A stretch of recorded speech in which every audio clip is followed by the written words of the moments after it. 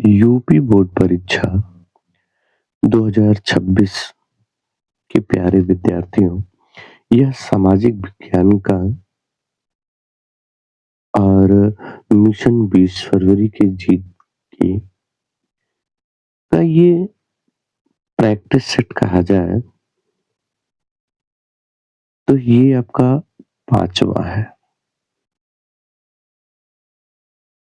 और कुल आपके 6 ही प्रैक्टिस सेट आपको भेजे जाने हैं। इन्हीं 6 प्रैक्टिस सेट से आपके संपूर्ण अंकों की प्राप्ति होने वाली है। तो प्यारे बच्चों, इन सभी को आप तैयार कर लीजिएगा क्योंकि इन्हीं से आपके प्रश्न बोर्ड परीक्षा में आने वाले हैं। यदि चैनल पर आप पहली बार आए हैं तो चैनल को सब्सक्राइब कर लीजिएगा, बेल आइकन दबा लीजिए और अपने प्यारे मित्रों को भी शेयर तथा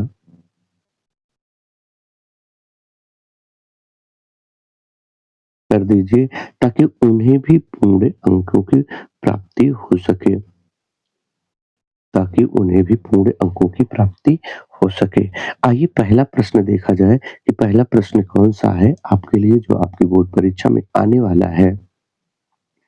पहला आपके लिए है कि गांधी जी गांधी जी अफ्रीका से वापस आए, ना? गांधी जी अफ्रीका से कब वापस आए?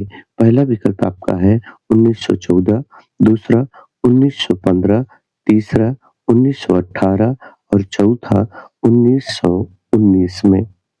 तो कब आए थे ये आपको बतानी है, तो यहाँ आपका सही हो जाएगा 1915। दूसरा आपका है नेपोलियन का संबंध किस देश से था? नेपोलियन का संबंध किस देश से था? वह जर्मनी का था, इटली का था, फ्रांस का था या फिर इंग्लैंड का था? ये आपको बतानी है। तो यहाँ आपका विकल्प सही हो जाएगा कि नेपोलियन का संबंध फ्रांस से था। अगला आपका प्रश्न है, तीसरा आपका प्रश्न है कि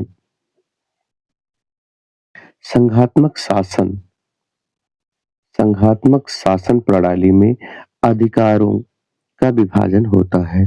संघात्मक शासन प्रणाली में अधिकारों का विभाजन होता है केंद्र एवं राज्य के बीच में, एक राज्य एवं अन्य राज्यों के बीच में, व्यवस्थापिका एवं कार्यपालिका के बीच में या फिर चौथा आपका है व्यवस्थापिका एवं अन्य राज्यों के बीच में होता है। ये आपको बतानी है। तो यहाँ आपका सही हो जाएगा केंद्र और राज्य के बीच में। किसके? केंद्र और राज्य के बीच में संघात्मक शासन प्रणाली के अधिकारों का विभाजन होता है। अगला आपका चौथा प्रश्न है कि औद्योगिक क्रांति किस देश में प्रारंभ हुई थी? औद्योगिक क्रांति किस देश में प्रारंभ हुई थी? अमेरिका में, रूस में, चीन में या फिर इंग्लैंड में? तो यहाँ आपका सही हो जाएगा कि औद्योगिक क्रांति किस देश में प्रारंभ हुई थी? तो आपका सही हो जाएगा इंग्लैंड में यह क्रांति हुई थी, ना? कहाँ हुई थी? इंग्लैंड में यह क्रांति हुई थी। आइए पांचवा प्रश्न देखा जाए कि पांचवा आपका प्रश्न कौन सा है। तो पांचवा आपका प्रश्न है संयुक्त राष्ट्र संघ का मुख्यालय कहाँ पर स्थित है? कहाँ पर स्थित है? ये आपको बतानी है। वाशिंगटन में, जिनेवा में, ऑस्ट्रिया में या फिर न्यूयॉर्क में? कहाँ पे स्थित है संयुक्त राष्ट्र संघ का मुख्यालय? तो आपका सही हो जाएगा न्यूयॉर्क में यह मुख्यालय स्थित है। छठा प्रश्न है सविनय अवज्ञा आंदोलन कब चलाया गया? कब चलाया गया था? सविनय अवज्ञा आंदोलन कब चलाया गया? ठीक है, तो ये आपको बतानी है। पहला आपका विकल्प है 1919, दूसरा है 1930, तीसरा 1927 और चौथा 1935। तो आपको बतानी है कि कब चलाया गया था सविनय अवज्ञा आंदोलन। तो यहाँ आपका विकल्प सही हो जाएगा 1930 में सविनय अवज्ञा आंदोलन चलाया गया था। अगला आपका प्रश्न है कि भूमि एक डैश डैश संसाधन है। भूमि कई किस प्रकार का संसाधन है? प्राकृतिक है, मानव निर्मित है, सौर ऊर्जा से निर्मित है या कोई नहीं? ये आपको बतानी है। तो यहाँ आपका सही हो जाएगा, भूमि एक प्राकृतिक संसाधन है। भूमि क्या है? एक प्राकृतिक संसाधन है ना। आइए 8वां प्रश्न देखा जाए कि 8वां प्रश्न आपके लिए क्या है? तो 8वां है कि एक मिट्टी का प्रकार नहीं है। यानी इसमें आपको बतानी है कि वह मिट्टी का प्रकार नहीं है, वह कौन-सा है? काली मिट्टी, पीली मिट्टी, लेटेराइट मिट्टी या सीमेंट मिट्टी? ये आपको बतानी है। ये चारों विकल्प आपके समक्ष हैं। तो यहाँ काली मिट्टी, पीली मिट्टी, लेटेराइट मिट्टी ये तो मिट्टियाँ हैं, लेकिन सीमेंट मिट्टी नहीं होती है। अगला आपका प्रश्न है कि भूदान आंदोलन किसके द्वारा प्रारंभ हुआ? भूदान आंदोलन किसके द्वारा प्रारंभ हुआ था? गांधी के द्वारा, जवाहरलाल नेहरू के द्वारा, विनोबा भावे के द्वारा या इंदिरा गांधी के द्वारा? ये चारों विकल्प आपके समक्ष हैं। गांधी, नेहरू, विनोबा भावे या इंदिरा गांधी। तो यहाँ आपको बतानी है, इसमें सही हो जाएंगे विनोबा भावे। अगला प्रश्न आपका है, विश्व व्यापार संगठन किसके द्वारा शुरू हुआ? विश्व व्यापार संगठन किसके द्वारा शुरू हुआ? विकसित देशों के द्वारा, निर्धन देशों के द्वारा, विकासशील देशों के द्वारा या अल्प विकसित देशों के द्वारा यह शुरू हुआ था ना। तो विश्व व्यापार संगठन इसमें पूछा गया है, यह विकसित देशों के द्वारा प्रारंभ हुआ था। किसके द्वारा? विकसित देशों के द्वारा प्रारंभ हुआ था। आइए प्रश्न संख्या 11 देखा जाए कि 11 कौन सा है? 11 आपके लिए है कि 1848 की फ्रांसीसी क्रांति 1848 की फ्रांसीसी राज्य क्रांति के फलस्वरूप क्या परिवर्तन हुआ? निरंकुश राजतंत्र की स्थापना हुई, सीमित राजतंत्र की स्थापना हुई, सैन्य शासन की स्थापना हुई या गणतंत्र की स्थापना हुई? ये आपको बतानी है ना। तो यहाँ आपका सही हो जाएगा विकल्प 4, गणतंत्र की स्थापना हुई। अगला प्रश्न है, महामंदी का प्रारंभ कब हुआ? महामंदी का प्रारंभ कब हुआ?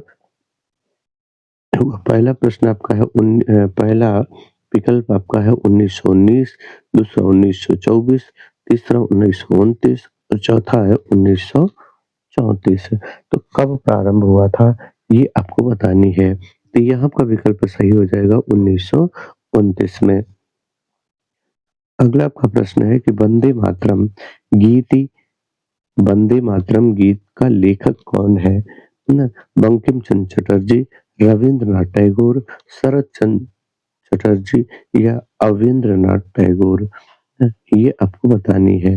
अविंद्रनाथ, शरत चंद्र, रविंद्रनाथ और बंकिम चंद्र, ये आपको बतानी है कि कौन थे ना।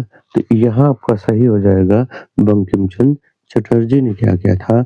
वंदे मातरम गीत के ये लेखक माने गए हैं। अगला आपका प्रश्न है प्रश्न संख्या 14, पेरियार रामास्वामी नायकर कौन थे?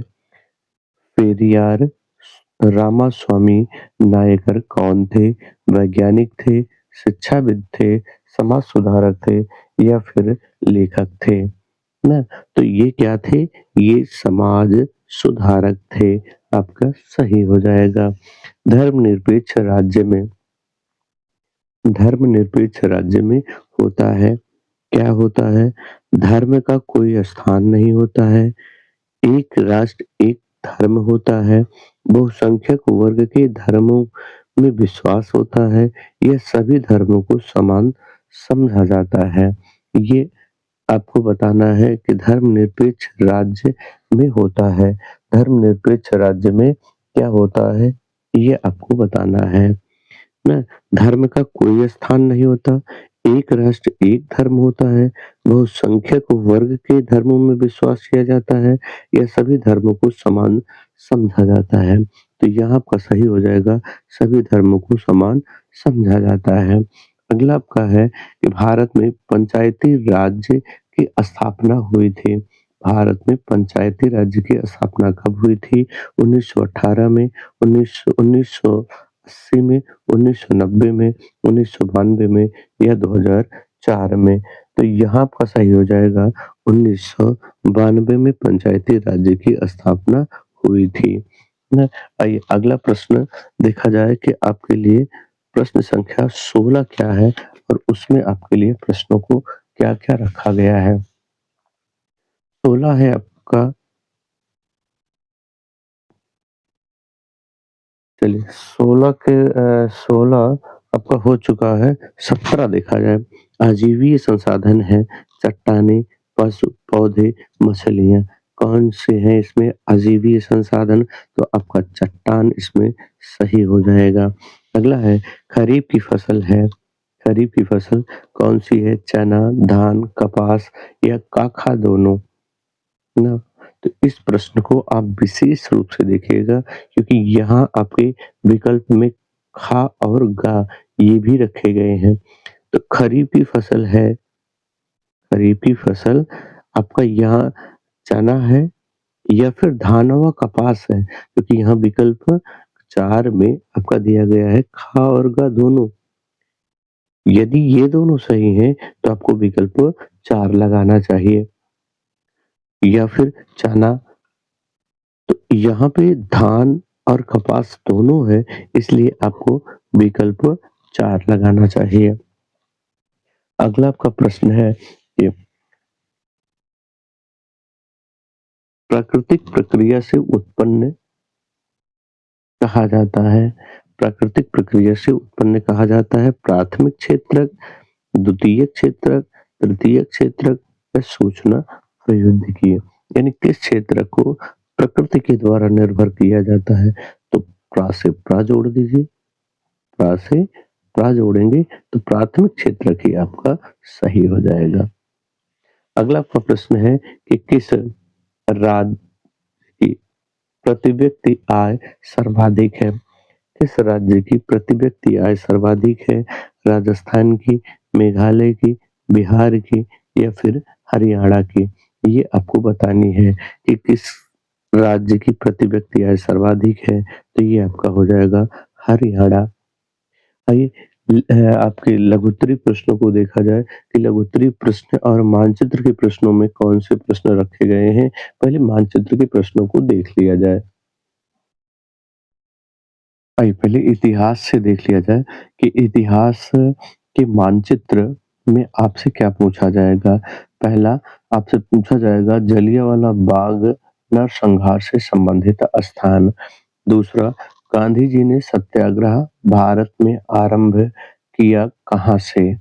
तीसरा आपसे पूछा जाएगा नमक सत्याग्रह के बारे में और चौथा आपसे पूछा जाएगा कि वह स्थान जहाँ गांधी जी ने नमक कानून तोड़ा और पांचवा है वह स्थान जहाँ सूती मिल के मजदूरों के लिए सत्याग्रह किया गया। तो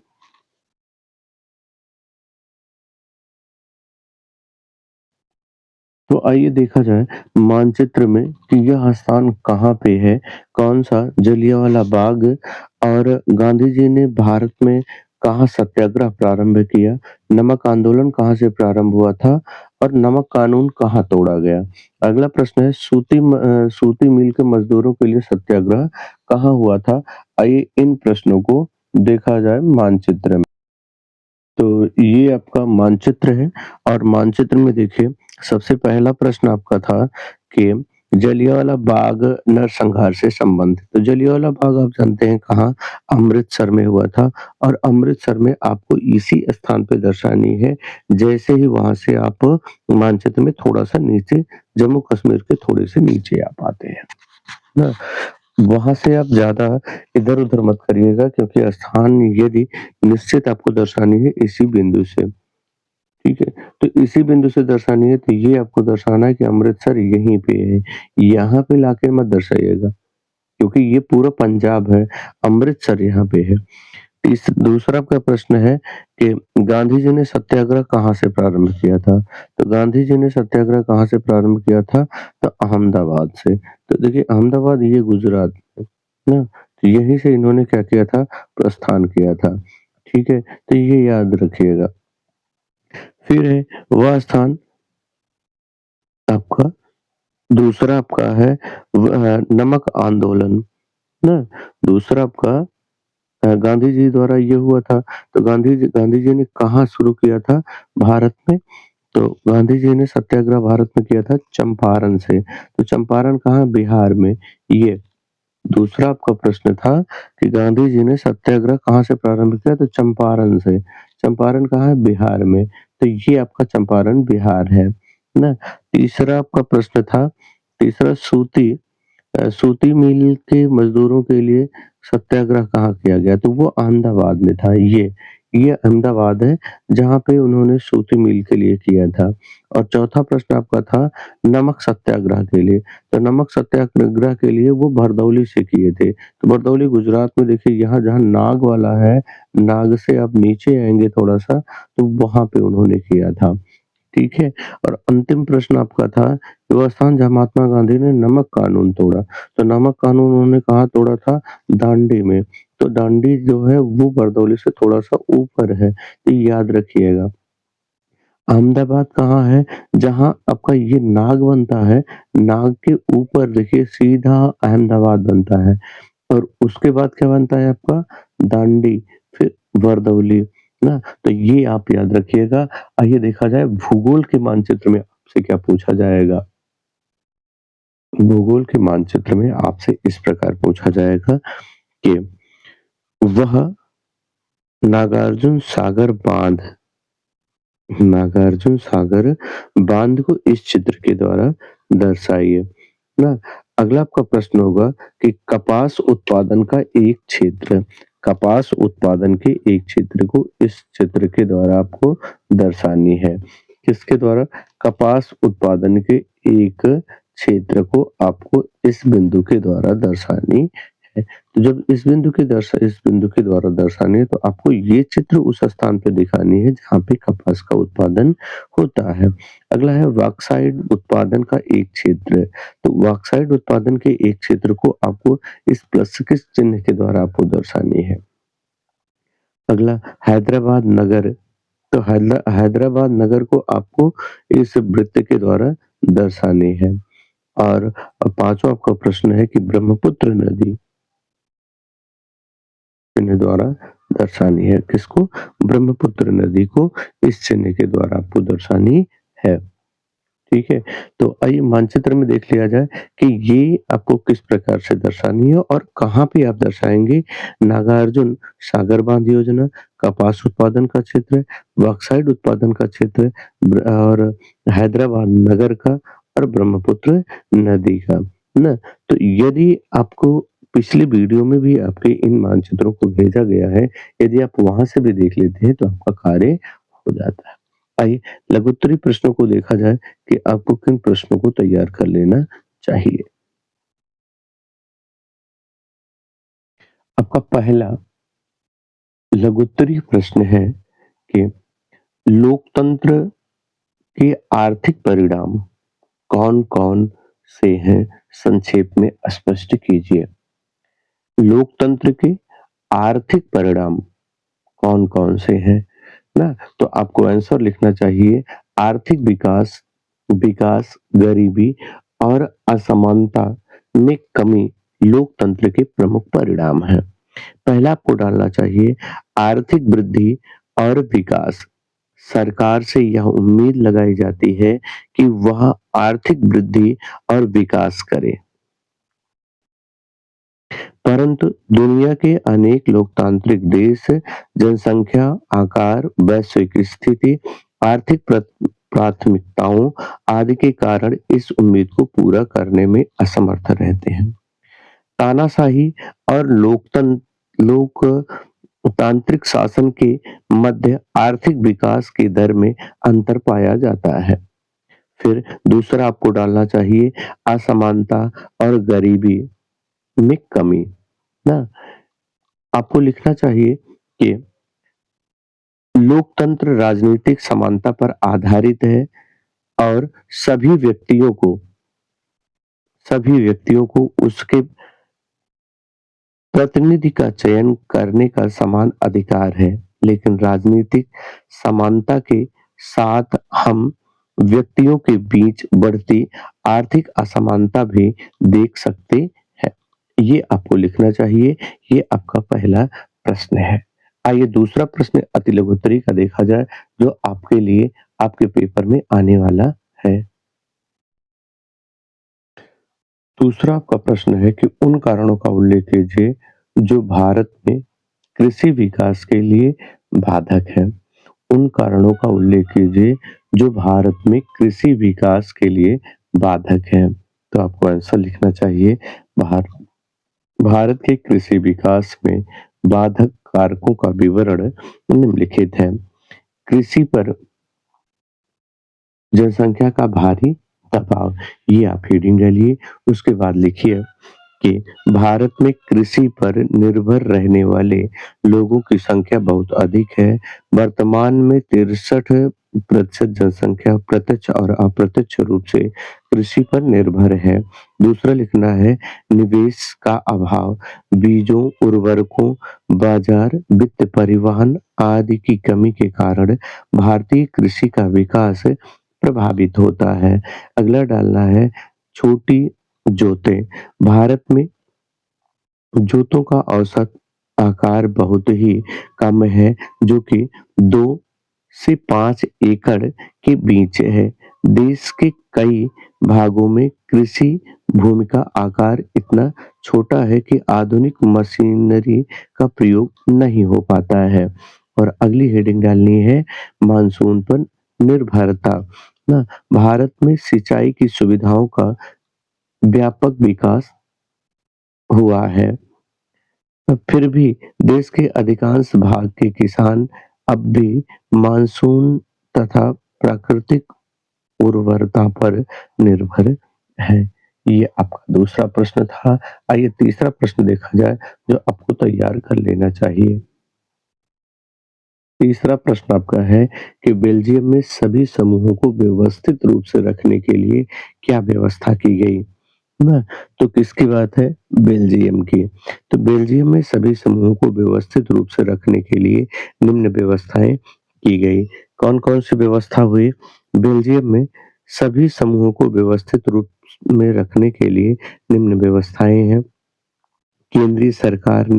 केंद्रीय सरकार में दोनों भाषाई समूहों को एक समान प्रभुत्व देने का प्रबंध किया गया।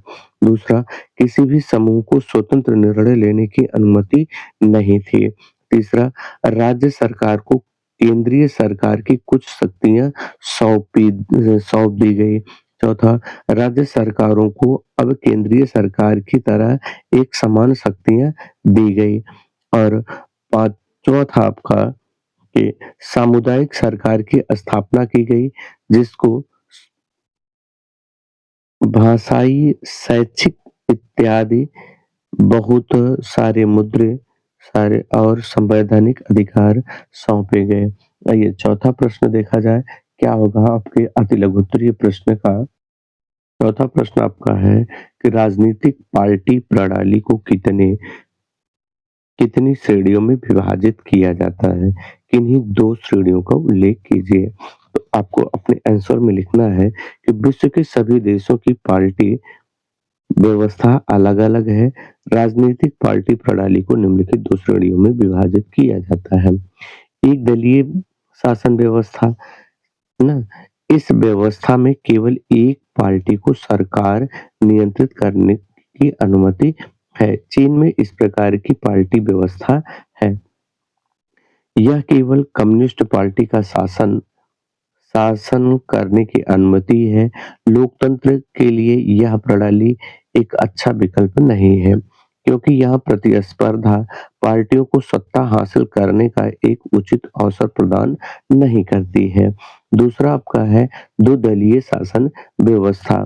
तो दो दलीय शासन व्यवस्था में आपको दिखाना है कि इस व्यवस्था में 2 पार्टियाँ ना इस व्यवस्था में 2 पार्टियों को बहुमत हासिल करने और सरकार बनाने का अवसर मिलता है। सामान्यतः 2 मुख्य पार्टियों के मध्य सख्त विभाजन होता है। संयुक्त राज्य अमेरिका और यूनाइटेड किंगडम में इसी प्रकार की शासन व्यवस्थाएँ हैं। तीसरा आप दिखा सकते हैं बहुदलीय शासन व्यवस्था जैसे भारत में विद्यमान है। आइए अब देखा जाए दीर्घ उत्तरीय प्रश्न कौन से होंगे जो आपको से पूछे जाएँगे।